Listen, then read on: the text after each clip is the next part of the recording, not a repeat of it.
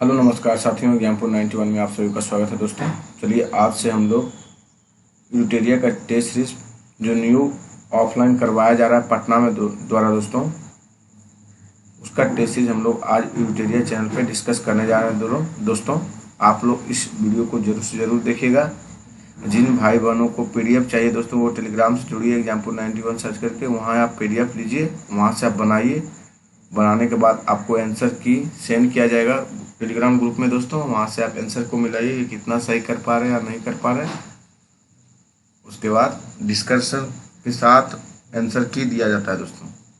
मिलाइए और डिस्कशन भी अपने से देखिए, या नहीं डिस्कशन कर पा रहे हैं तो 1 से 2 बार वीडियो को आप जरूर से ज़रूर देखिए। और वीडियो अच्छा लगे अपने दोस्तों को भी शेयर कीजिए, जिससे अपना परिवार को बड़ा बनाने में अपनी भी भागीदारी आप सुनिश्चित कीजिए दोस्तों, क्योंकि आप सभी के लिए ही हम इतना कर रहे हैं दोस्तों। हम भी दरोगा की तैयारी करते हैं। जिन भाई बहन सीरियस हैं दरोगा बनने के लिए, वो आप इस चैनल से ज़रूर जुड़िए दोस्तों। इसमें हर एक एग्जाम का टेस्ट सीरीज इस चैनल पे करवाया जाता है दोस्तों। चलिए हम स्टार्ट करते हैं।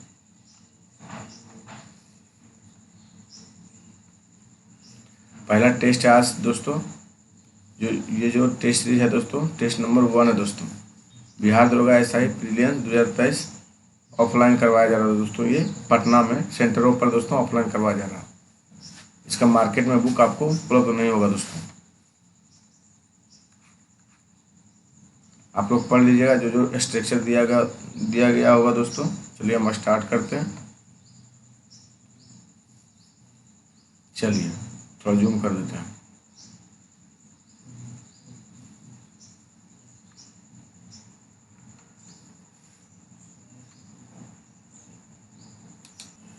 चलिए दोस्तों, क्वेश्चन नंबर 1 देखिए।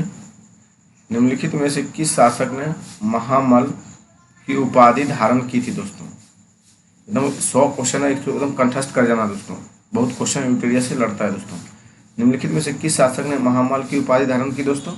ये किया था नरसिंहवर्मन प्रथम दोस्तों। किसने किया था? नरसिंहवर्मन प्रथम दोस्तों। चलिए इसके बारे में थोड़ा जानते हैं हम लोग। पल्लव वंश के शासक नरसिंहवर्मन प्रथम ने महामल की उपाधि धारण की थी। इन्होंने वातापी कौन की भी उपाधि धारण की थी दोस्तों। अब पल्लव वंश के संस्थापक सिंह विष्णु थे। अब पल्लव वंश की राजधानी कांचीपुरम थी दोस्तों। महाबलीपुरम स्थित एकाशम मंदिर का निर्माण नरसिंहवर्मन प्रथम द्वारा करवाया गया था। पल्लव वंश के शासक वैष्णव धर्म के अनुयायी थे।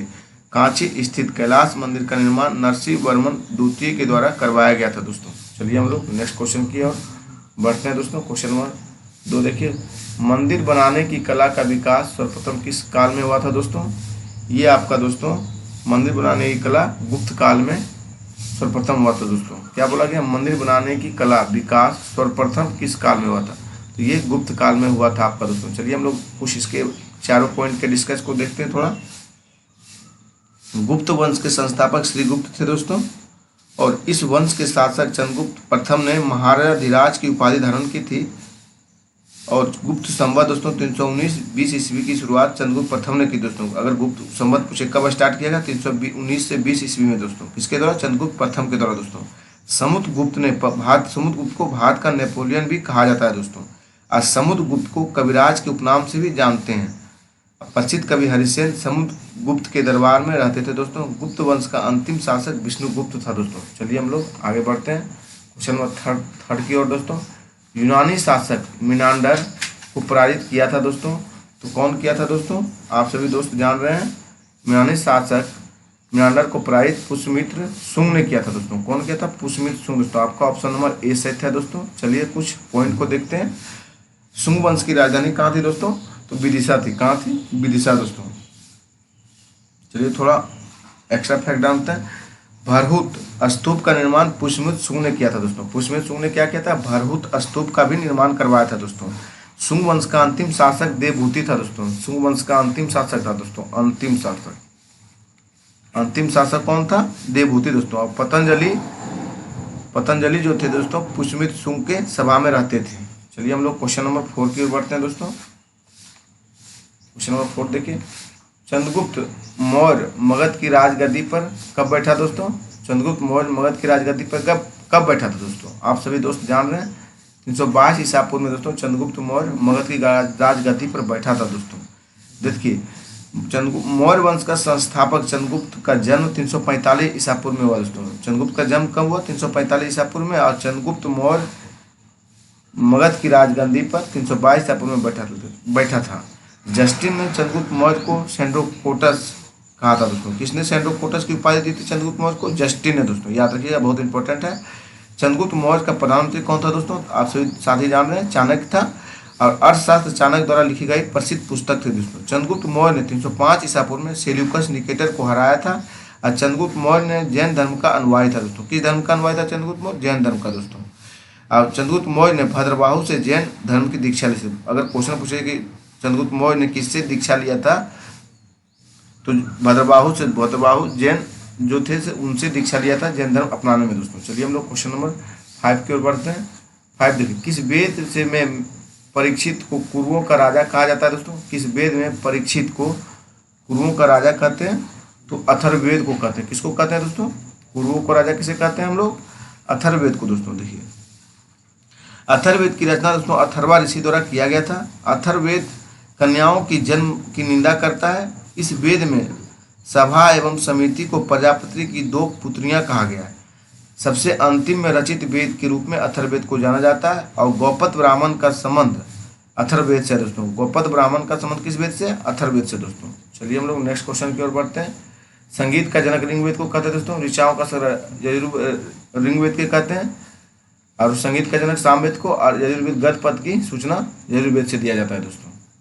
चलिए हम लोग 6 नंबर देखते हैं। मोहम्मद बिन तुगलक ने किसे दिल्ली का काजी नियुक्त किया था दोस्तों? तो मोहम्मद बिन तुगलक ने दोस्तों दिल्ली का काजी इब्न बतूता को नियुक्त किया था दोस्तों, क्योंकि ये बहुत विद्वान शासक थे दोस्तों। चलिए हम लोग नेक्स्ट क्वेश्चन की ओर बढ़ते हैं दोस्तों। इसके बारे में थोड़ा जान लीजिए। रेहला नामक पुस्तक इब्न बतूता द्वारा लिखा गया था दोस्तों। रेहला नामक जो पुस्तक लिखा था, रेहला इब्न बतूता के द्वारा ही लिखा गया था दोस्तों। मोहम्मद बिन तुगलक के समय भारत आया था दोस्तों इब्न बतूता। यह मोरक्को का निवासी था दोस्तों। यह कहाँ का था? मोरक्को का था दोस्तों। कहाँ का? मोरक्को का। चलिए हम लोग नेक्स्ट क्वेश्चन की ओर बढ़ते हैं दोस्तों।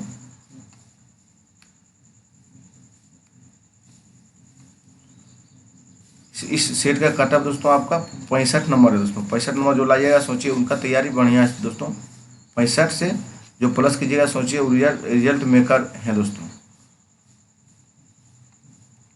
चलिए 7 नंबर देखिए। दिए गए प्रश्नों का कौन सही सुमेलित नहीं है दोस्तों पूछा गया। तो दीवान खैरात आपका दोस्तों, दीवान खैरात जो है ये आपका सुमेलित है दोस्तों। ये आपका सही है दोस्तों।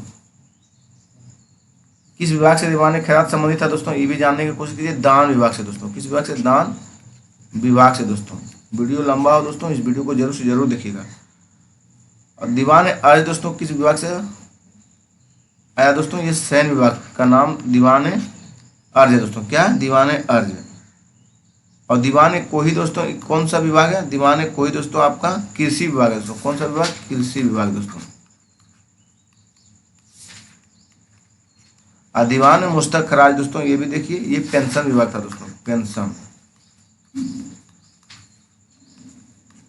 चलिए पूछा है कौन सा औसत है दोस्तों? गलत सुमेलित नहीं है। तो आपका दोस्तों दीवान मुश्तक खराज फिरोज शाह तुगलक नहीं था दोस्तों।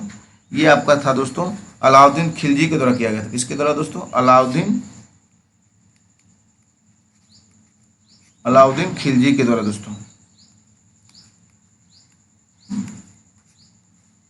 चलिए हम लोग याद कर लेते हैं। दीवान खैरात दोस्तों कौन थे? फिरोज शाह तुगलक। कौन विभाग था दोस्तों? दान विभाग था। दीवान खैरात फिरोज शाह तुगलक।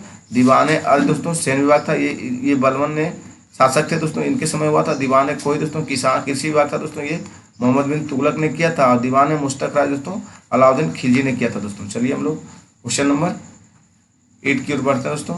अकबर ने किस वर्ष स्वयं को हरम दल से मुक्त किया था दोस्तों? देखिए दोस्तों वीडियो लंबा बनेगा तो आप लोग जरूर से जरूर देखिएगा। ये मत सोचिएगा वीडियो लंबा हो गया नहीं देखिएगा तो बहुत फायदा होगा ये वीडियो। तो 100 क्वेश्चन है लेकिन 500 क्वेश्चन को बताया जा रहा है इसमें। अकबर ने किस वर्ष स्वयं को हरम दल से मुक्त किया दोस्तों? हरम दल को जो मुक्त किया दोस्तों वो 1562 में किया दोस्तों। कब किया था? 1562 में साथियों। चलिए हम लोग इसके बारे में थोड़ा डिटेल जानते हैं। हरम दल भी 1562 में हुआ दोस्तों। और दास प्रथा को भी प्रतिबंधित ये दोस्तों 1562 में ही किया था। दोनों एक ही टाइम में हुआ था दोस्तों। दासप्रथा का जो अंत था 1562 में किया था। चलिए, अकबर द्वारा पानीपत की दूसरी लड़ाई दोस्तों, दूसरी लड़ाई 1556 में किया गया था दोस्तों। और देखिए, अकबर द्वारा हल्दी घाटी का युद्ध आपका 1576 में दोस्तों, 1576 में हल्दी घाटी युद्ध दोस्तों। कौन सा युद्ध? हल्दी घाटी युद्ध दोस्तों अकबर के द्वारा लड़ा गया था। और अकबर ने बिहार प्रांत को 1574 से 75 में जीता था दोस्तों। बिहार प्रांत को अकबर ने कब जीता? 1574 से 75 ईस्वी में दोस्तों। और दोस्तों, प्रसिद्ध संगीतकार तानसेन अकबर के दरबार में रहते थे। जैन धर्म गुरु हरि विजय सूरी ने इन्होंने जगत गुरु की उपाधि प्रदान की थी दोस्तों। अकबर ने हरि विजय सूरी को जगत गुरु की उपाधि दिया था दोस्तों। हरि विजय सूरी कौन थे दोस्तों? जैन के धर्म गुरु थे दोस्तों। चलिए हम लोग क्वेश्चन नंबर 9 की ओर बढ़ते हैं। किसके शासनकाल में बंगाल को भारत का स्वर्ग कहा जाता था दोस्तों? तो ये कहा जाता था दोस्तों अलीवर्दी खां के शासनकाल को। किसके शासनकाल को दोस्तों बंगाल का स्वर्ग कहा जाता था? अलीवर्दी खां को दोस्तों।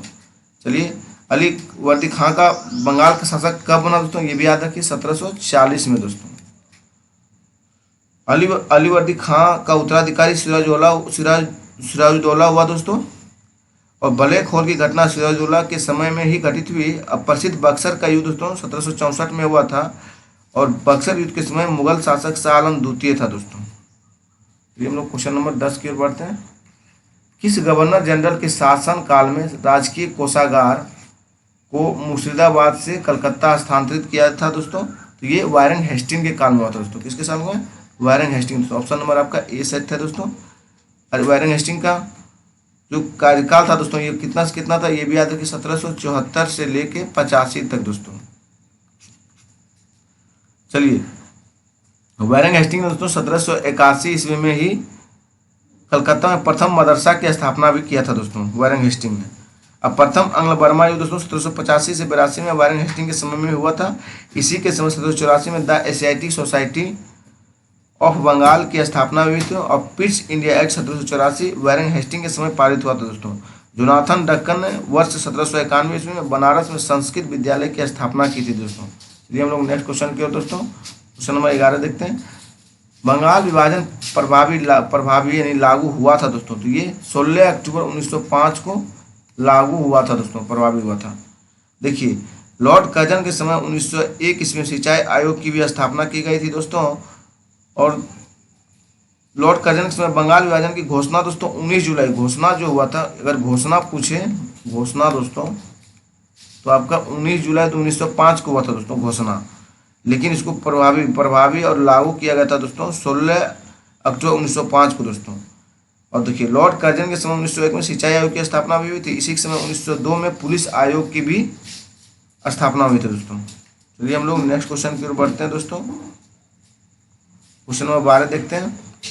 कर्जन के समय 1904 में दोस्तों भारतीय विश्वविद्यालय अधिनियम को भी पारित किया गया दोस्तों 1904 में, कर्जन के समय। चलिए हम लोग नेक्स्ट क्वेश्चन 12 देखते हैं। 12 देखिए, भूमिज विद्रोह का संबंध किस राज्य से था दोस्तों? भूमिज विद्रोह याद रखिएगा, ये आपका झारखंड राज्य था दोस्तों। किससे? झारखंड से दोस्तों।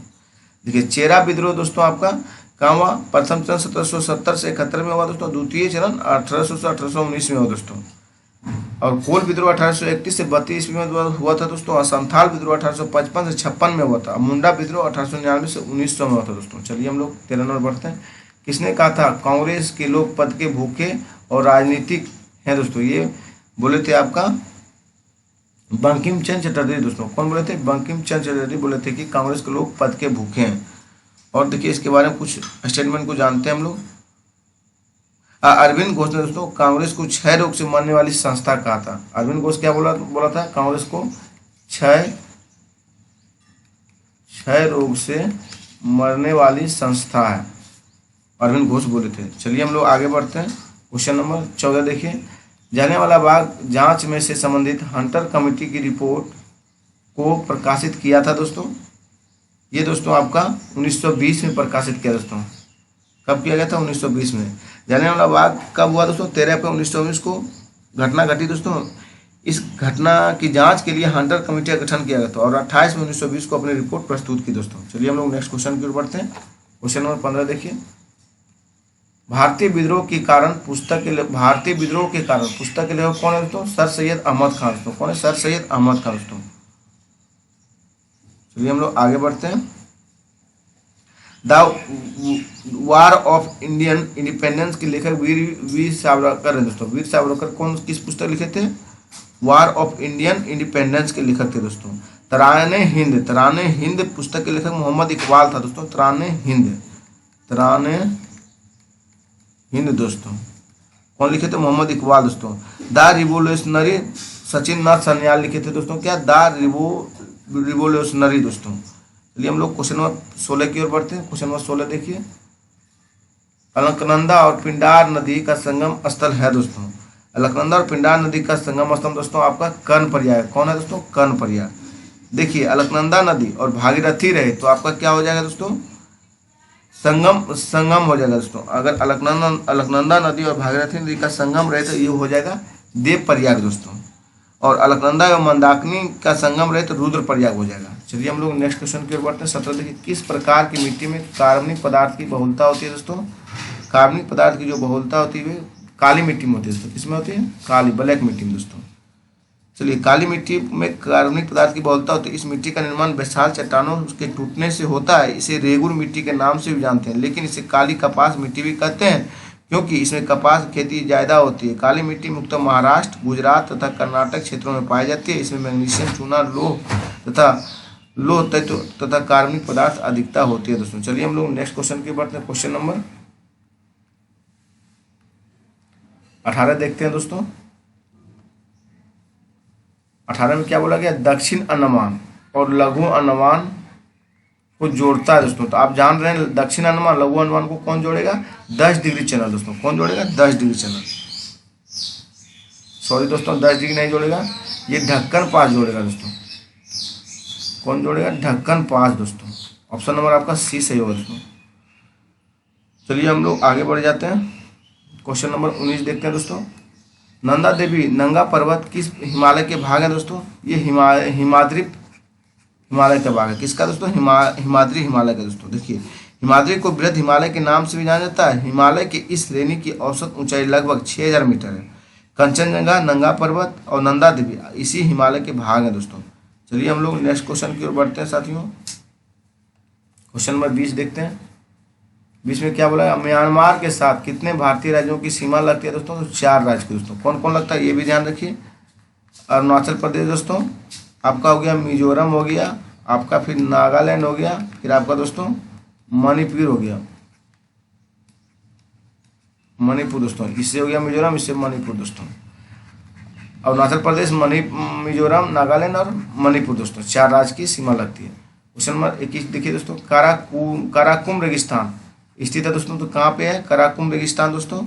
ये आपका दोस्तों तुर्कमेनिस्तान में। कहाँ पे है? तुर्कमेनिस्तान में दोस्तों।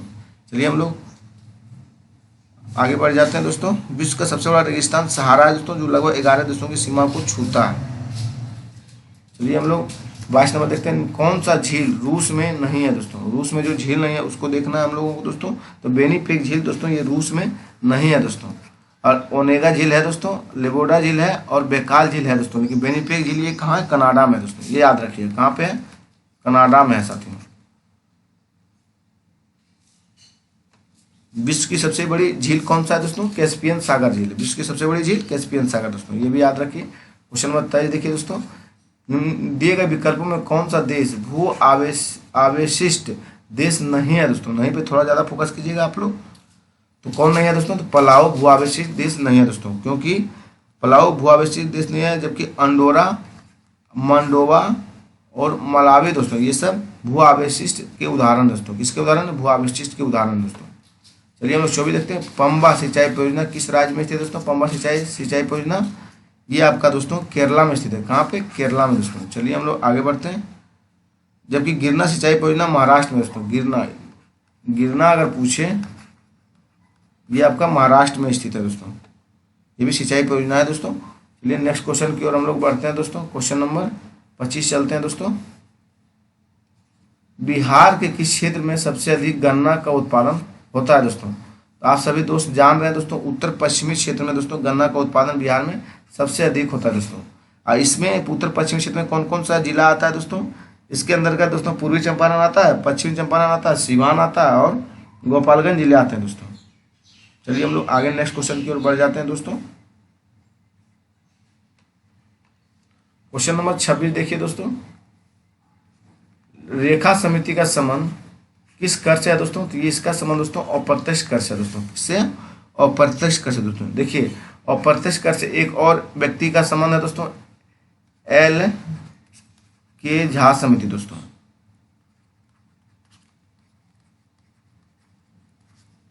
एल के झा समिति का भी संबंध दोस्तों किससे? अप्रत्यक्ष कर से ही है दोस्तों। और वांचू समिति का संबंध प्रत्यक्ष कर से।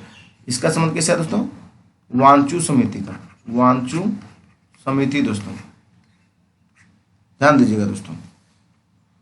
वांचू समिति संबंध किससे? प्रत्यक्ष कर से दोस्तों। चलिए हम लोग नेक्स्ट क्वेश्चन की ओर बढ़ते हैं। क्वेश्चन 27 देखिए, भारत सरकार की कौन सी परियोजना 2015 को शुरू नहीं किया गया था दोस्तों? 2015 को जो शुरू नहीं किया गया था दोस्तों, ये आपका भारतमाला परियोजना नहीं किया गया था दोस्तों, क्योंकि ये अक्टूबर 2017 को किया गया था दोस्तों। उसके बाद प्रधानमंत्री विकास कौशल योजना दोस्तों आपका जनवरी दोस्तों 2015 में किया गया था। फिर सागरमाला परियोजना भी दोस्तों फरवरी 2015 में किया गया दोस्तों। और सुकन्या योजना भी दोस्तों फरवरी में नहीं किया गया दोस्तों, ये 2015। सागरमाला परियोजना दोस्तों आपका मार्च 2015 में किया गया था। कब दोस्तों? मार्च में। सुकन्या योजना, सुकन्या योजना दोस्तों, सॉरी दोस्तों फिर से लिखते हैं, ये थोड़ा गड़बड़ा गया, देखिए थोड़ा आराम से याद रखिएगा, बहुत इंपॉर्टेंट दिया गया ये जो भी है। देखिए प्रधानमंत्री कौशल विकास योजना आपका दोस्तों फरवरी 2015 को हुआ था दोस्तों।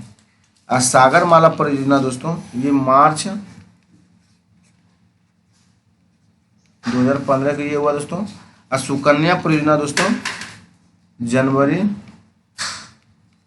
2015 को हुआ दोस्तों। भारतमाला परियोजना दोस्तों ये अक्टूबर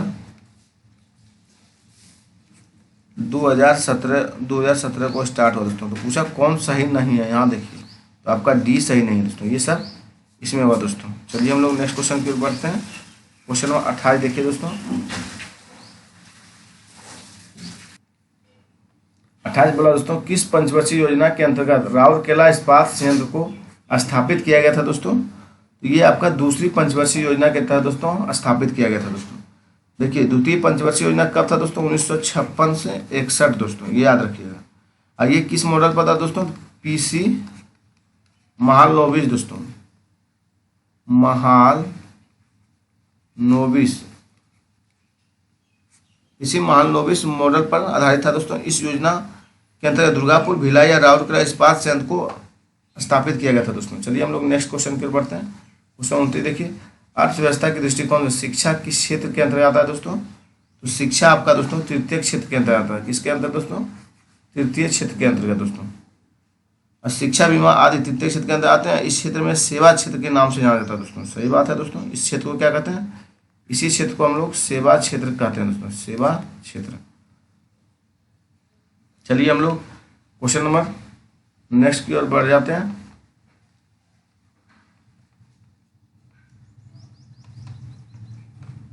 देखिए क्वेश्चन नंबर 30 क्या बोल रहा है? सो देखिए, आरबीआई के द्वारा कमर्शियल बैंकों से जिस दर पर नगद राशि प्राप्त की जाती है उसे क्या कहते हैं दोस्तों? उसे हम लोग रिवर्स रेपो दर कहते हैं। क्या कहते हैं? रिवर्स रेपो दर दोस्तों। चलिए हम लोग आगे बढ़ते हैं। क्वेश्चन नंबर 31 देखिए, संविधान के किस अनुसूची में कर एवं शुल्क लगाने का प्रावधान है दोस्तों? ये आपका 7वीं अनुसूची में दोस्तों। ये आप किस अनुसूची में दोस्तों? 7वीं में। संविधान के किस अनुसूची में कर एवं शुल्क लगाने का प्रावधान है? 7वीं अनुसूची में दोस्तों। मूल संविधान में 8 अनुसूचियां थी दोस्तों। इसमें अलग अलग संशोधन कर 4 और अनुसूचियां जोड़ी गई, जो वर्तमान में कुल 12 अनुसूचियां हैं दोस्तों। चलिए हम लोग 32 देखते हैं। भारतीय संविधान के अंतर्गत लोकतंत्र के आदर्शों को हम कहाँ देखते हैं दोस्तों? लोकतंत्र के आदर्शों को हम प्रस्तावना में देखते हैं। कहाँ पे देखते हैं दोस्तों? प्रस्तावना में। चलिए हम लोग आगे बढ़ते हैं। क्वेश्चन नंबर क्या है दोस्तों? 33 देखिए, किस मौलिक अधिकार का लक्ष्य सामाजिक भेदभाव का उन्मूलन करना है दोस्तों? ये आपका साथियों हो जाएगा समता का अधिकार, समानता का अधिकार, समता का नहीं दोस्तों, समानता का अधिकार, मौलिक अधिकार का लक्ष्य और सामाजिक भेदभाव का उन्मूलन करना है दोस्तों। क्या है? समानता का अधिकार दोस्तों। देखिए ये कितना अनुच्छेद में आता है? अनुच्छेद 14 से 18 है दोस्तों। समानता का अधिकार, समानता के मौलिक अधिकार का मूल लक्ष्य सामाजिक भेदभाव का उन्मूलन करना है दोस्तों। चलिए हम लोग नेक्स्ट क्वेश्चन की ओर बढ़ते हैं। क्वेश्चन नंबर 34 चलते हैं दोस्तों। किस संशोधन के तहत राष्ट्रपति को कोई भी मामला मंत्रिपरिषद द्वारा पुनर्विचार किए जाने के लिए वापस भेजने का अधिकार प्रदत्त की गई है दोस्तों? ये आप सभी जान रहे हैं, 44वां संविधान संशोधन 1978 दोस्तों। इसके तहत आपको 74 के 1 में एक प्रावधान जोड़ा गया था कि जिसके तहत राष्ट्रपति के पास कोई भी मामला मंत्रिपरिषद द्वारा पुनर्विचार किए जाने के लिए वापस भेजने का अधिकार है दोस्तों। चलिए हम लोग नेक्स्ट क्वेश्चन की ओर बढ़ते हैं। क्वेश्चन नंबर 35 देखते हैं दोस्तों। 35 क्या बोला गया? प्रथम स्पीकर कौन थे जिनके विरुद्ध लोकसभा में अविश्वास प्रस्ताव लाया गया था दोस्तों? वे आप लोग सभी दोस्त भाई एवं बहन लोग जान रहे हैं। रिवर्स रेपो रेट, सॉरी दोस्तों, क्या था? जीवी मावलंकर था दोस्तों। क्या बोला गया? प्रथम स्पीकर कौन थे जिनके विरुद्ध लोकसभा में अविश्वास प्रस्ताव लाया गया था दोस्तों? तो जीवी मावलंकर थे दोस्तों। कौन थे? जीवी मावलंकर थे दोस्तों। अब जीवी मावलंकर के विरुद्ध 15 दिसंबर 1954 को अविश्वास प्रस्ताव लाया गया था, लेकिन हालांकि यह प्रस्ताव लोकसभा में अस्वीकृत कर दिया गया था दोस्तों। चलिए हम लोग आगे बढ़ते हैं। 36 देखिए, सूचना के अधिकार अधिनियम को राष्ट्रपति द्वारा कब स्वीकृत प्रदान किया गया दोस्तों?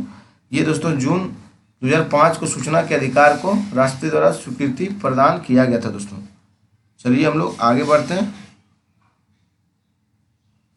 हम लोग क्वेश्चन नंबर 36 की ओर हो गया दोस्तों। 37 की ओर चलते हैं। 37 पे पूछ करते हैं, बिहार में पंचायती स्तर पर राज्य सरकार का प्रतिनिधित्व कौन करता है दोस्तों? ये आपका पंचायत सचिव करता है दोस्तों। कौन करता है?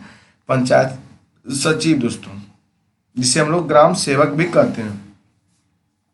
चलिए हम लोग क्वेश्चन नंबर 38 की ओर बढ़ते हैं। क्वेश्चन नंबर 38 है दोस्तों।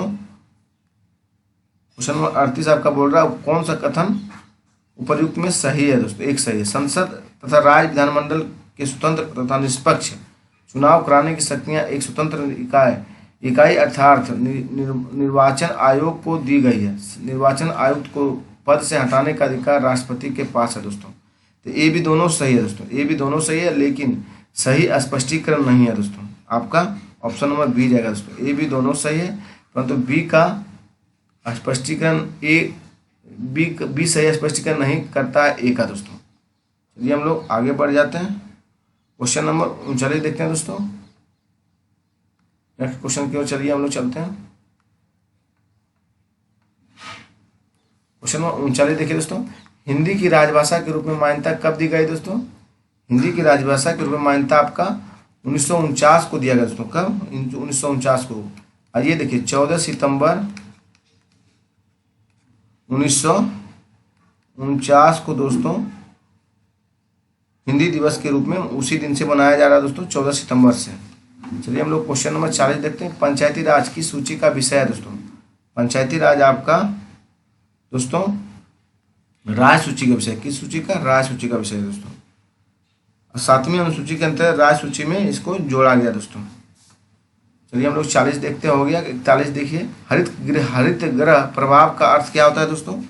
ये होता है वायुमंडल में ग्रीन हाउस गैसों के घनीकरण के कारण वायुमंडल में तापमान का बढ़ना दोस्तों हरित ग्रह प्रभाव का अर्थ है दोस्तों। चलिए हम लोग आगे को बढ़ते हैं दोस्तों, जिसमें कार्बन डाइऑक्साइड के बढ़ते प्रभाव के कारण ताप बढ़ते हैं। ग्रीन हाउस गैस की संकल्पना सर्वप्रथम जोसेफ फोरियर ने दिया दोस्तों। किसने दिया था ग्रीन हाउस गैस की संकल्पना? सबसे पहले जोसेफ फोरियर दोस्तों। जोसेफ फोरियर, याद रखिएगा दोस्तों, फोरियर। ये हम लोग आगे नेक्स्ट की ओर बढ़ते हैं। 42 देखिए, निम्नलिखित गैसों में कौन सी गैस पृथ्वी पर जीवन के लिए हानिकारक और लाभदायक होता है दोस्तों? तो आप सभी साथी जान रहे हैं, हानिकारक भी और लाभदायक है दोस्तों। तो कार्बन डाइऑक्साइड दोस्तों। चलिए हम लोग कार्बन डाइऑक्साइड के बारे में कुछ जानते हैं।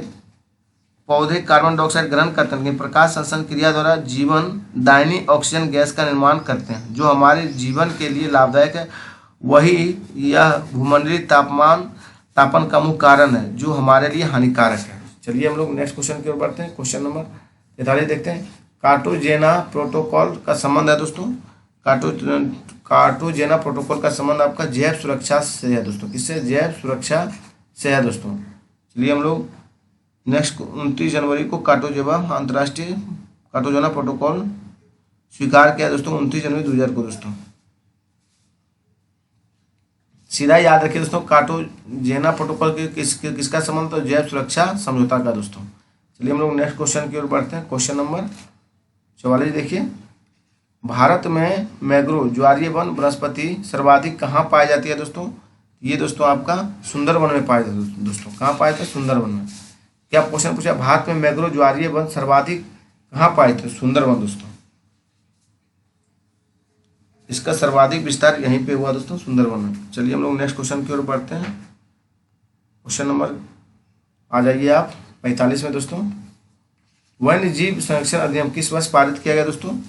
आप सभी साथी जान रहे हैं 1972 में दोस्तों वन्य जीव संरक्षण पारित किया गया दोस्तों। अब कब गया? 9 सितंबर 1972 को दोस्तों। इस अधिनियम में कुल 66 धाराएं हैं दोस्तों। चलिए हम लोग चलते हैं क्वेश्चन नंबर 66 की ओर 46 की ओर। निम्नलिखित में कौन सी पुस्तक रविन्द्रनाथ टैगोर द्वारा नहीं लिखा गया था दोस्तों? ये आपका दोस्तों नेचर क्योर नहीं लिखा गया था दोस्तों। कौन नहीं लिखा? नेचर क्योर दोस्तों। विसर्जन लिखा गया था, द कोर्ट डांसर लिखा गया था, गार्डनर लिखा गया था दोस्तों। चलिए हम लोग आगे की ओर बढ़ते हैं दोस्तों। क्वेश्चन नंबर 47 देखिए, राष्ट्रपति महात्मा गांधी को किस वर्ष पहली बार नोबेल पुरस्कार के लिए नामित किया गया था दोस्तों? राष्ट्रपिता महात्मा गांधी को किस वर्ष पहली बार नोबेल पुरस्कार के लिए नामित किया गया था दोस्तों? तो इनको नामित 1937 में पहली बार किया गया था दोस्तों। और कुल 5 बार इन्हें दिया गया। कितना बार दोस्तों? कुल 5 बार दोस्तों महात्मा गांधी को नोबेल पुरस्कार दिया गया दोस्तों। अंतिम बार दोस्तों 1948 में इन्हें दिया गया। चलिए हम लोग नेक्स्ट क्वेश्चन की ओर बढ़ते हैं। क्वेश्चन नंबर 48 देखिए दोस्तों, क्या पूछा? संयुक्त राष्ट्र औद्योगिक विकास संगठन UNIDO का मुख्यालय कहाँ स्थित है दोस्तों? इसका मुख्यालय दोस्तों आपका वियना में है। कहाँ पे? वियना दोस्तों। चलिए गेट का मुख्यालय कहाँ है दोस्तों? गेट का मुख्यालय आपका जनेवा दोस्तों। कहाँ है? जनेवा गेट का है दोस्तों। गेट का अगर मुख्यालय पूछे जनेवा दोस्तों। और न्यूयॉर्क का कहाँ पे? न्यूयॉर्क का यूनिसेफ का है दोस्तों। न्यूयॉर्क है तो यूनिसेफ का है दोस्तों। यूनिसेफ का मुख्यालय कहाँ है दोस्तों? आपका न्यूयॉर्क है दोस्तों। यूनेस्को का पेरिस है दोस्तों। यूनेस्को का मुख्यालय अगर पूछे तो दोस्तों आप लोग पेरिस को मारिए। चलिए हम लोग आगे की ओर बढ़ते हैं दोस्तों। अंतर्राष्ट्रीय ओलंपिक कमेटी IOC का मुख्यालय लुसाने है दोस्तों। चलिए 49 देखिए, चंद्रमा तल पर सफलतापूर्वक उतरने वाला पहला अंतरिक्ष यान कौन था दोस्तों? आप साथी जान रहे हैं लूना 9 था दोस्तों। कौन था? लूना 9 दोस्तों। कब उतरा था दोस्तों? ये 21 अक्टूबर 1968 को उतरा था दोस्तों। 1968 को उतरा था दोस्तों 21 अक्टूबर। लूना 3 पहला अंतरिक्ष यान था जिसने चंद्रमा के उस पृष्ठ का चित्र भेजा जो पृथ्वी से दिखाई नहीं देता दोस्तों। कौन था? लूना 3 था दोस्तों। चलिए हम लोग नेक्स्ट क्वेश्चन की ओर बढ़ते हैं। क्वेश्चन नंबर 50 चलते हैं दोस्तों।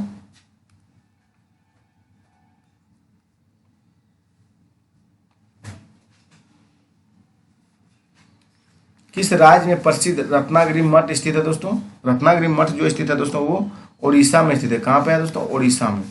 देखिए प्राचीन काल में यह महाविहार बौद्ध मठ था दोस्तों, रत्नागिरी। चलिए हम लोग चलते हैं आगे की ओर दोस्तों। क्वेश्चन नंबर 51 देखिए, एक संतुलित रासायनिक समीकरण किस सिद्धांत पर आधारित है दोस्तों? एक संतुलित रासायनिक समीकरण किस सिद्धांत पर आधारित है दोस्तों? तो द्रव्यमान संरक्षण नियम पे दोस्तों है दोस्तों। चलिए हम लोग आगे की ओर बढ़ते हैं। क्वेश्चन नंबर 52 देखिए, कौन सा एक दुर्बल अम्ल है दोस्तों? Weak acid. वीक एसिड कौन सा है दोस्तों? ध्यान दीजिएगा दोस्तों। वीक एसिड आपका CH3COOH है दोस्तों। CH3COOH आपका वीक एसिड है दोस्तों। वे अम्ल जो जलीय विलयन में पूर्णतः आयनित ना होकर आंशिक रूप से आयनिक होते हैं उसे दुर्बल अम्ल वीक एसिड कहते हैं। एसिटिक अम्ल CH3COOH और फॉर्मिक अम्ल HCOOH, हाइड्रोजन सल्फाइड H2S आदि दुर्बल अम्लों के उदाहरण दोस्तों। ये हम लोग आगे की ओर बढ़ते। क्वेश्चन नंबर 53 देखिए, कौन सा क्लोरोफिल का घटक नहीं है दोस्तों? क्लोरोफिल का जो घटक नहीं है वो कैल्शियम नहीं है दोस्तों। कौन नहीं है? कैल्शियम दोस्तों। प्लास्ट में उपस्थित हरे रंग का वर्णक है जहां प्रकाश संश्लेषण क्रिया द्वारा भोजन बनता है। इस प्रक्रिया में कार्बन, ऑक्सीजन, नाइट्रोजन, मैग्नीशियम तथा जल का मिश्रण उपयोगी होता है। हालांकि मैग्नीशियम क्लोरोफिल का मुख्य तत्व है दोस्तों। चलिए हम लोग नेक्स्ट क्वेश्चन की ओर बढ़ते हैं। क्वेश्चन नंबर 54 देखते हैं दोस्तों। कार्नेटाइट किस धातु का अयस्क है दोस्तों? कार्नेटाइट आपका यूरेनियम का अयस्क है दोस्तों। किसका? यूरेनियम का दोस्तों। देखिए एल्युमिनियम का कौन कौन अयस्क होता है ये याद रखिए दोस्तों। क्रायोलाइट होता है, बॉक्साइड होता है और कोरंडम होता है, काओलिन होता है दोस्तों एल्युमिनियम का। चलिए मैग्नीशियम के बारे में बता रहे हैं, इसको भी ध्यान से सुनिएगा। डोलोमाइट, इप्सम लवण और कार्नेलाइट दोस्तों। और पोटेशियम का आपका दोस्तों कार्नेलाइट और नाइटर होता है पोटेशियम का। यूरेनियम का तो बताइए किया दोस्तों कार्नेटाइट है और उसके बाद दूसरा पिच ब्लेंड भी है दोस्तों। दूसरा अगर रहेगा पिच ब्लेंड भी देते हैं दोस्तों तो यूरेनियम का ही वो अयस्क है दोस्तों। चलिए हम लोग नेक्स्ट क्वेश्चन की ओर बढ़ते हैं। क्वेश्चन नंबर 55 देखिए, निम्नलिखित वाक्यों पर विचार कीजिए। तो वाक्यों पर विचार करना दोस्तों। क्लोरीन और ब्रोमीन हेलोजन वर्ग का तत्व है दोस्तों, ये आपका सही है दोस्तों। गोल्ड और प्लेटिनम उत्कृष्ट धातु के उदाहरण, ये भी आपका सही है। लेड ऑक्साइड को लिथार्ज करते हैं, लेड ऑक्साइड को लिथार्ज करते हैं, ये भी आपका सही है दोस्तों। इसलिए ऑप्शन नंबर डी जाएगा दोस्तों, एक से अधिक सही है दोस्तों। क्वेश्चन नंबर 56 देखिए, किस बिलियन में बिलियन की कुल मात्रा तथा उसमें मिश्रित विलय की कुल मात्रा का अनुपात कहलाता है दोस्तों? ये दोस्तों बिलियन की सांद्रता हो जाएगा। क्या हो जाएगा? बिलियन की सांद्रता दोस्तों। ऑप्शन नंबर आपका सी सही है दोस्तों। चलिए हम लोग नेक्स्ट क्वेश्चन की ओर बढ़ते हैं। क्वेश्चन नंबर 56 देखिए दोस्तों, 57 देखिए, 56 तो हो ही गया दोस्तों, 57 देखिए आप लोग। निम्नलिखित में से किसे लकड़ी के एल्कोहल के रूप में जाना जाता है? लकड़ी के एल्कोहल रूप में किसे जाना जाता है दोस्तों? तो आप सभी साथी जान रहे हैं, मेथिल अल्कोहल को लकड़ी के अल्कोहल के रूप में जाना जाता है दोस्तों। थोड़ा इसके बारे में जान लीजिए दोस्तों। मेथिल अल्कोहल या मेथेनॉल दोस्तों CH3OH का कास्ट स्पीड स्पीड भी कहते हैं, क्योंकि इसे लकड़ी के भंजक आसवन से प्राप्त किया जाता है। मेथेनॉल सबसे सरल अल्कोहल है। यह हल्का, वाष्पशील, रंगहीन और जलनशील द्रव्य है जिसकी गंध एथेनॉल पेय अल्कोहल जैसी होती है। मनुष्य द्वारा इसके अधिक सेवन के कारण अंधापन या मृत्यु भी हो सकता है दोस्तों। चलिए हम लोग नेक्स्ट क्वेश्चन की ओर बढ़ते हैं दोस्तों। क्वेश्चन नंबर 58 देखिए, पौधों के मूल जड़ द्वारा जल का अवशोषण किस क्रिया द्वारा होता है दोस्तों? तो आप सभी साथी जान रहे हैं प्रासरण के द्वारा होता है। किसके द्वारा दोस्तों? प्रासरण के द्वारा। क्या बोला गया? पौधों के मूल जड़ द्वारा जल का अवशोषण किस क्रिया द्वारा होता है दोस्तों? तो प्रासरण के द्वारा होता है। चलिए हम लोग आगे बढ़ जाते हैं। पौधों में कोशिका में प्रासरण जल के द्वारा संचालन होता है, लेकिन क्रिया जाइलम उत्तकों द्वारा संपन्न होती है। जो क्रिया होता है वो किसके द्वारा होता है? जाइलम उत्तक के द्वारा दोस्तों। रंध्रों में ऑस्टोमेटा के खुलने के बाद बंद होने पर प्रासरण की मुख्य भूमिका होती है दोस्तों। चलिए हम लोग 59 चलते हैं दोस्तों। क्वेश्चन नंबर 59 की ओर बढ़ते हैं।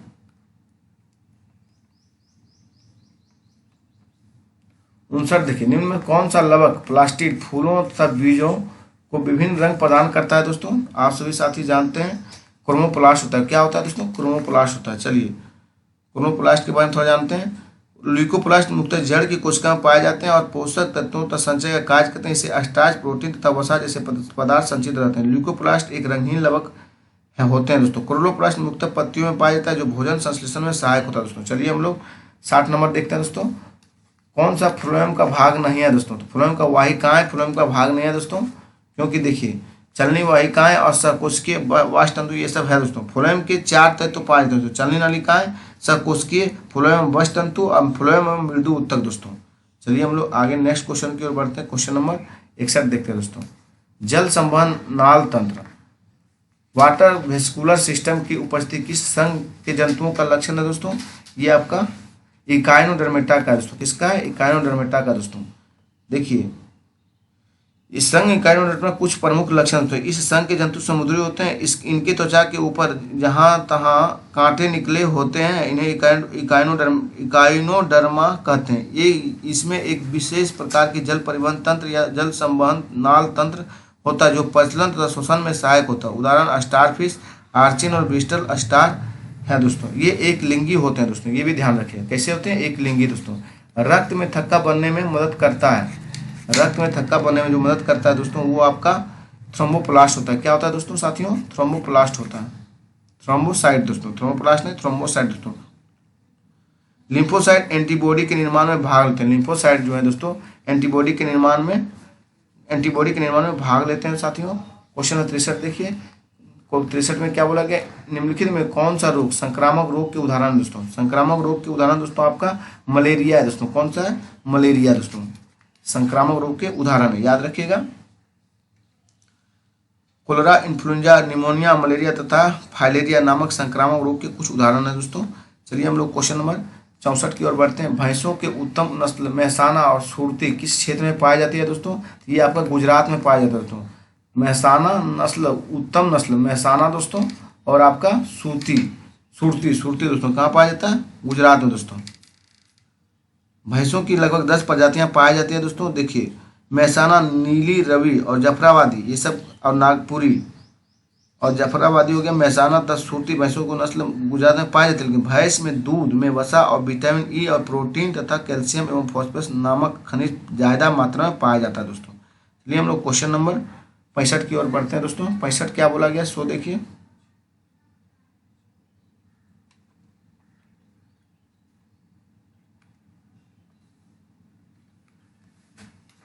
पैंसठ बोला गया दोस्तों, निम्नलिखित में से पौधे की वृद्धि को नियंत्रित करने वाला हार्मोन कौन सा है दोस्तों। तो आप सभी साथी जानते हैं ऑक्सिन पौधे के वृद्धि हार्मोन को नियंत्रित करता है दोस्तों। क्या करता है, वृद्धि नियंत्रण करता है। देखिए ऑक्सिन की हार्मोन की खोज सबसे पहले कब हुआ, ये भी पूछा गया क्वेश्चन दोस्तों। 1880 में ऑक्सिन की खोज हुआ दोस्तों। और किसने किया दोस्तों, तो डार्विन किया दोस्तों। कौन किया, डार्विन ने किया दोस्तों। चलिए, यह पौधों की वृद्धि को नियंत्रित करने वाला हार्मोन है और इसके कुछ प्रमुख कार्य दोस्तों, पत्तियों के विलगन को रोकना, और खरपतवार को नष्ट करना, फलों के गिरने से बचाना दोस्तों ऑक्सिन का ही काम होता है। चलिए हम लोग क्वेश्चन नंबर 66 की ओर बढ़ते हैं। पृथ्वी के ध्रुव में जी का मान होता है दोस्तों, तो जी का मान सर्वाधिक होता है पृथ्वी के ध्रुव पर दोस्तों। क्या होता है, सर्वाधिक होता है दोस्तों। जी का मान 9.8 मीटर प्रति सेकंड स्क्वायर भी होता है दोस्तों। अब पृथ्वी घूर्णन गति बढ़ने पर जी का मान कम हो जाता है। पृथ्वी पर अगर घूर्णन गति बढ़ेगा तो जी का मान घट जाएगा, और पृथ्वी के घूर्णन गति घटने पर जी का मान बढ़ जाता है दोस्तों। चलिए हम लोग 67 जब बढ़ते हैं दोस्तों। फोटोन कण की खोज किसके द्वारा किया गया दोस्तों, तो एंडरसन आइंस्टीन के द्वारा दोस्तों। फोटोन कण की खोज आपका आइंस्टीन के द्वारा किया गया, ऑप्शन नंबर सी सही है दोस्तों। चलिए हम लोग आगे बढ़ते हैं दोस्तों। अब मेसोन कण की खोज कौन किया दोस्तों, तो हिडेकी युकावा दोस्तों। मेसोन कण अगर पूछे, हिडेकी युकावा दोस्तों मेसोन कण का खोज किया, तो मेसोन, ध्यान दीजिएगा दोस्तों। चलिए हम लोग आगे बढ़ जाते हैं क्वेश्चन नंबर 67 की ओर दोस्तों। 68 की ओर बढ़ते हैं। 68 क्या बोला, जब ध्वनि एक माध्यम से दूसरे माध्यम में जाती है तो क्या अपरिवर्तित रहता है दोस्तों, तो उसका आवृत्ति अपरिवर्तित रहता है। फिर से देखिए, जब ध्वनि एक माध्यम से दूसरे माध्यम में जाती है तो क्या अपरिवर्तित है, तो आवृत्ति दोस्तों। चलिए हम लोग आगे बढ़ते हैं क्वेश्चन नंबर 69 देखिए, नाभिकीय रिएक्टर में किसका प्रयोग नियंत्रक छड़ के रूप में किया जाता है दोस्तों। नियंत्रक छड़ के रूप में दोस्तों आपका बोरोन को प्रयोग किया जाता है। किसका दोस्तों, बोरोन का, क्योंकि कैडमियम का छड़ का प्रयोग इसी में होता है दोस्तों। चलिए हम लोग आगे बढ़ते हैं। 70 देखिए, दिए गए विकल्पों में कौन सदिश राशि का उदाहरण नहीं है पूछा दोस्तों। सदिश राशि का जो उदाहरण नहीं है दोस्तों, ये कार्य नहीं है दोस्तों, क्योंकि कार्य एक अदिश राशि है दोस्तों। त्वरण और बल है दोस्तों। चलिए हम लोग सदिश राशि के तात्पर्य वैसे होते हैं जिसके परिणाम के साथ दिशा भी होता है, जैसे वेग, बल, वेग, विस्थापन, त्वरण आदि सदिश राशि का उदाहरण है। जबकि कार्य, समय, विद्युत धारा, दाब, ताप, आयतन तथा चाल आदि राशि का उदाहरण है दोस्तों। चलिए हम लोग क्वेश्चन नंबर 71 की ओर बढ़ते हैं दोस्तों।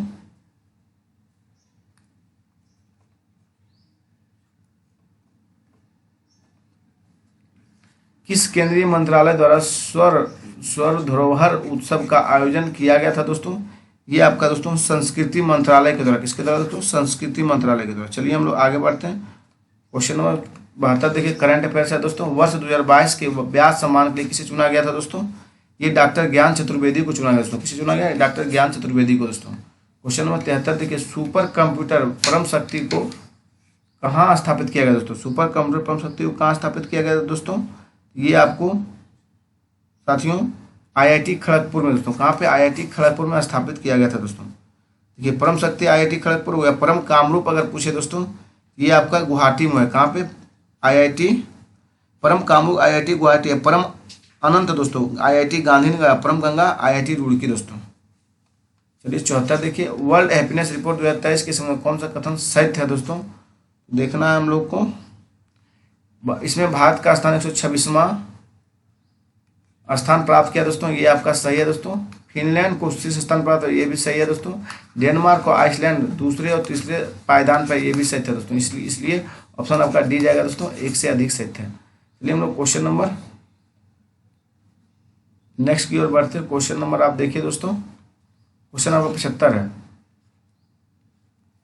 भारतीय सेना ने किस देश के साथ संयुक्त परीक्षण अभ्यास साइक्लोन 1 का शुभारंभ किया दोस्तों? ये आपका हो जाएगा साथियों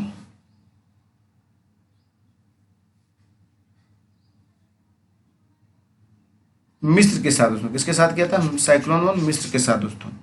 चलिए हम लोग नेक्स्ट क्वेश्चन की ओर बढ़ते हैं। क्वेश्चन नंबर 76 देखिए, 17वां प्रवासी भारतीय दिवस का आयोजन किस शहर में किया जा रहा है दोस्तों? ये आपका इंदौर में किया जा रहा है। कहाँ पे दोस्तों? इंदौर में। चलिए हम लोग क्वेश्चन नंबर 77 देखते हैं। पर्यटन को प्रोत्साहित देने के लिए अंतर्राष्ट्रीय पर्यटन प्रदर्शनी किस देश को आयोजित किया जा रहा है साथियों? तो ये आपको दोस्तों स्पेन में आयोजित किया जा रहा था। कहाँ पे? स्पेन में दोस्तों। चलिए हम लोग नेक्स्ट क्वेश्चन की ओर बढ़ते हैं। क्वेश्चन नंबर 78 देखिए, इंडिया जस्टिस रिपोर्ट 2022 के समय कौन सा औसत है दोस्तों? क्या बोला गया? इंडिया जस्टिस के अनुसार कौन सा औसत है? तो दोस्तों आपका जो औसत है ये दोस्तों, इसमें बिहार का अंतिम स्थान है दोस्तों, ये गलत है। ये आपका गलत दिया गया दोस्तों, अंतिम स्थान नहीं है दोस्तों, 38वां स्थान है दोस्तों। क्या कौन सा स्थान है? कर्नाटक। बड़े राज्यों में कर्नाटक फर्स्ट स्थान पे है दोस्तों, और छोटे राज्यों में फर्स्ट स्थान पर सिक्किम है दोस्तों, और उत्तर प्रदेश सबसे नीचे स्थान में 18वां स्थान है दोस्तों। और बिहार का कितना स्थान है? बिहार का दोस्तों तीसरा स्थान है, थर्ड स्थान बिहार का दोस्तों, तीसरा। चलिए हम लोग नेक्स्ट क्वेश्चन की ओर बढ़ते हैं दोस्तों। क्वेश्चन नंबर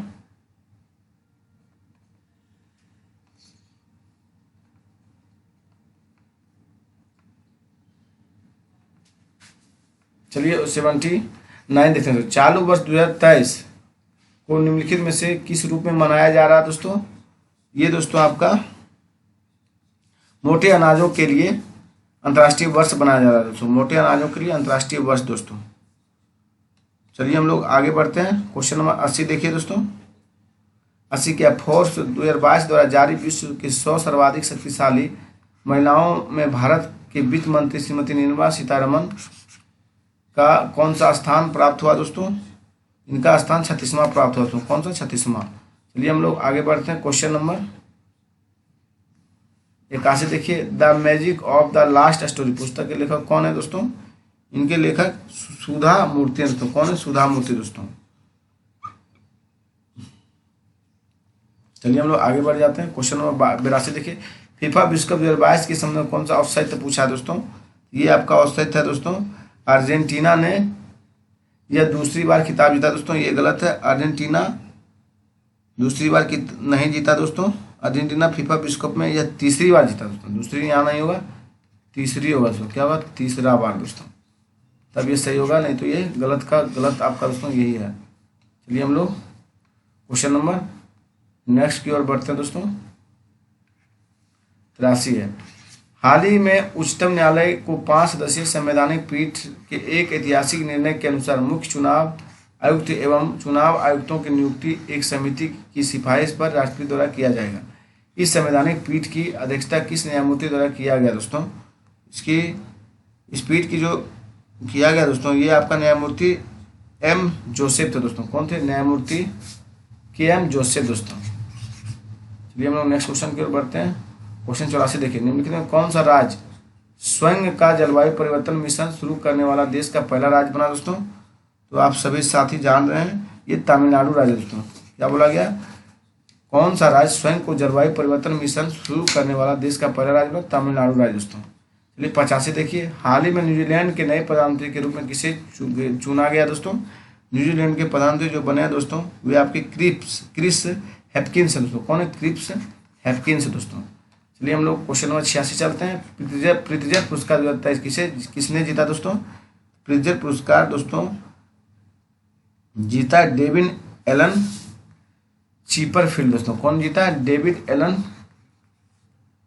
चीपर फील्ड दोस्तों। चलिए हम लोग आगे की ओर बढ़ते हैं दोस्तों। क्वेश्चन नंबर 87 की ओर बढ़ जाते हैं। 87 देखिए दोस्तों, भारतीय सेना के किस कैंट में पहला 3D प्रिंटेड घर का उद्घाटन किया गया दोस्तों? ये आपका अहमदाबाद में किया गया दोस्तों। क्या बोला गया फिर से देखिए, भारतीय सेना के किस कैंट में पहला 3D प्रिंटेड घर का उद्घाटन किया गया? अहमदाबाद में साथियों। चलिए हम लोग नेक्स्ट क्वेश्चन की ओर बढ़ते हैं।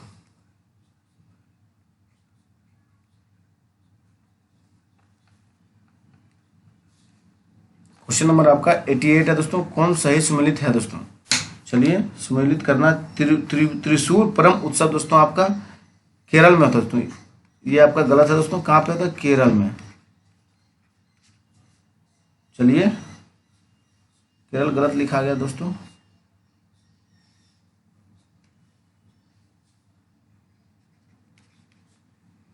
देखिए खारची उत्सव आपका त्रिपुरा में होता है दोस्तों, ये भी आपका गलत है दोस्तों। कहाँ पे होता है? त्रिपुरा में।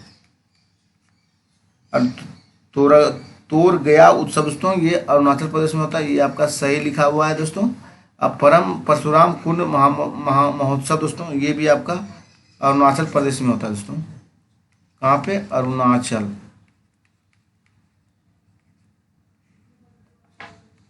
प्रदेश में दोस्तों ये भी उत्सव होता है।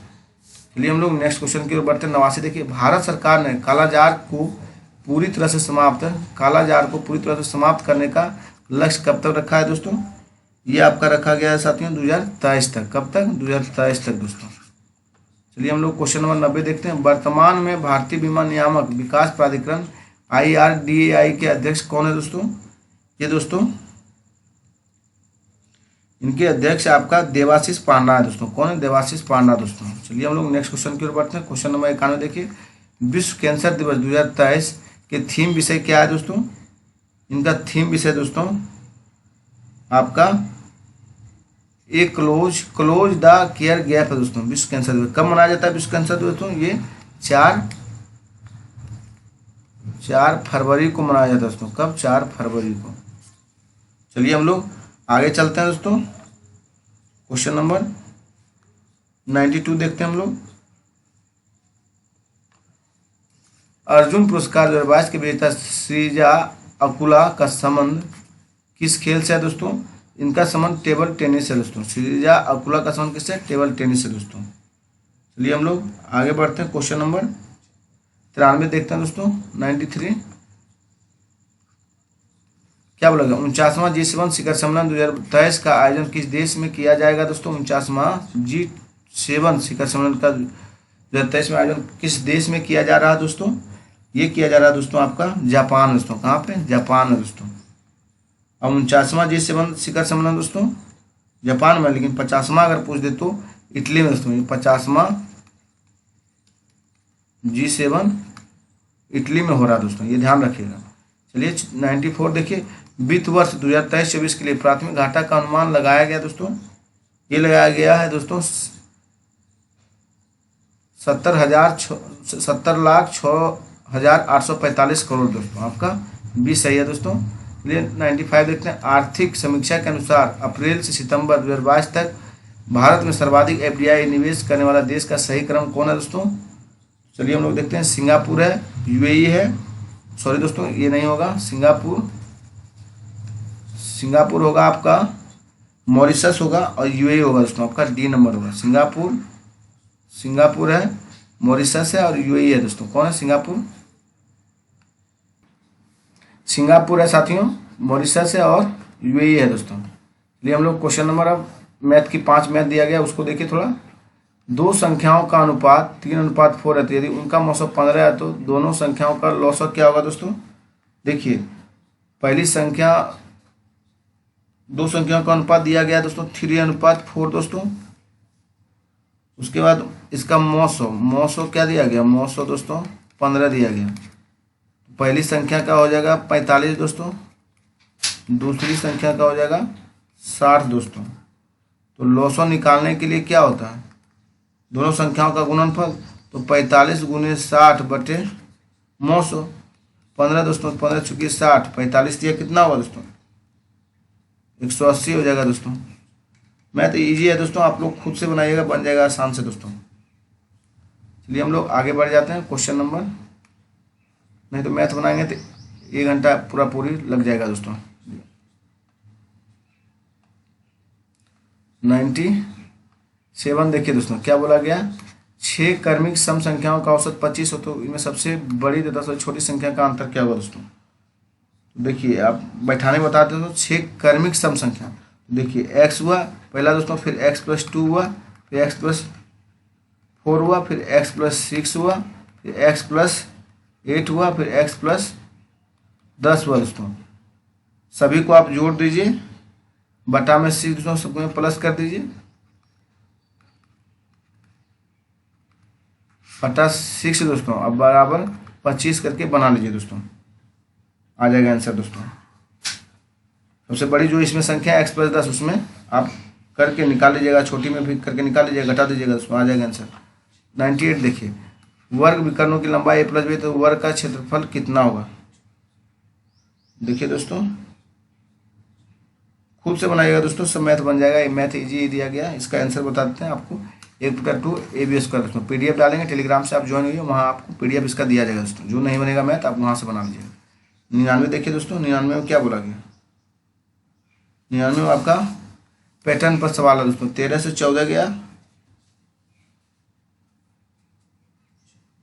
यानी 1 बढ़ा दोस्तों, फिर 14 से आपका 22 दोस्तों, तो 1 क्यू हो गया 1 दोस्तों, और फिर 2 का क्यू दोस्तों, तो 8 हो गया, 22 हो गया, फिर 2 से आपका 3 क्यू हो गया दोस्तों, 3 क्यू से फिर दोस्तों 4 क्यू हो गया, फिर इसी तरह 5 क्यू हो जाएगा दोस्तों, 5 क्यू हो जाएगा तो आपका 228 हो जाएगा दोस्तों। 113 में अगर हम 125 जोड़ें दोस्तों तो क्या होगा, 228 तो होना ही है, 238 होगा दोस्तों, 228 में सॉरी 238 दोस्तों। आसान है, बना लीजिएगा आप लोग। 100 देखिए, बदलना है चिन्ह को दोस्तों, तो ये भी आप लोग आसानी से कर लीजिएगा। इसका आंसर दोस्तों 6 और 8 है दोस्तों। धन्यवाद दोस्तों। वीडियो हमारा अच्छा लगता है दोस्तों, प्लीज़ चैनल को सब्सक्राइब कीजिए, अपने दोस्तों के बीच शेयर कीजिए दोस्तों, क्योंकि दोस्तों ये टेस्ट सीरीज आपको मार्केट में नहीं लाया जाएगा दोस्तों, ये ऑफलाइन सेंटर पर ये टेस्ट सीरीज लिया जा रहा है दोस्तों, इसलिए इस चैनल पर करवाया जा रहा है। आप लोग इस टेस्ट सीरीज को जरूर से जरूर दीजिए और अपनी क्षमताओं को जांचिए कि कितना आ रहा है या नहीं आ रहा दोस्तों। धन्यवाद दोस्तों।